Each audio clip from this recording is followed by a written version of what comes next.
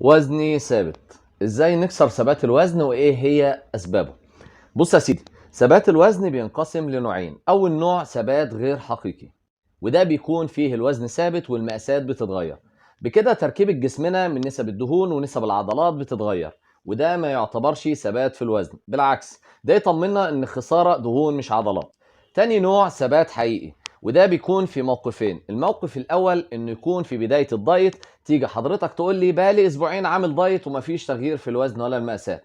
طيب هنا ممكن يكون ايه السبب؟ السبب الاول ان يكون عندنا سبب عضوي مسبب ضعف الحرق زي الانيميا او نقص فيتامين د، او كسل في الغدد الدرقيه، او مشاكل في الجهاز الهضمي، اهمها هو خلل البكتيريا النافعه واللي بيتاثر على الهضم، او امساك او مشاكل في القولون، وبالتالي لازم نعالج السبب ده اولا ويكون ده اولوياتنا. السبب الثاني عادات غير صحيه زي النوم متاخر او نوم غير منتظم او قله شرب الميه او قله الحركه والمجهود اليومي.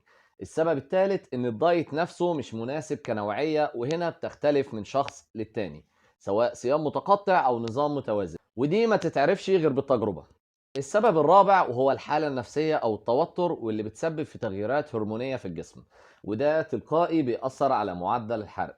كل الأسباب دي تابعة للموقف الأول زي ما قلت من شوية. التاني بقى إننا بننزل لمدة معينة وبعد كده الجسم بيثبت لفترة، وهنا الأسباب ممكن تكون إن الدايت محتاج يتغير، سواء النظام نفسه أو كمية الأكل، وهنا لازم تغيير النظام اللي ماشيين عليه.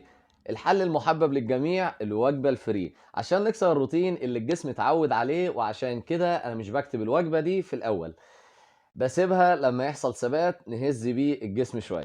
نزود معدل الحركة اللي متعودين عليه او ننزل الجيم، او ان النظام من الاول ما كانش مناسب، او كمية الاكل بالذات البروتين كانت قليلة والجسم دخل في مجاعة وقلل معدل الحرق. المهم اننا نكون عارفين القصة وعارفين ان الثبات حاجة لازم تحصل، وازاي نتعامل معاها بكل هدوء وبدون توتر عشان ما نحبطش ونضيع المجهود اللي عملناه مع بعض. ما يكونش الحل اننا نوقف كل حاجة ونعك ونيأس. خليكم اذكى من الجسم ولعبوه بهداوة واسمعوا الكلام. بس يا سيدي.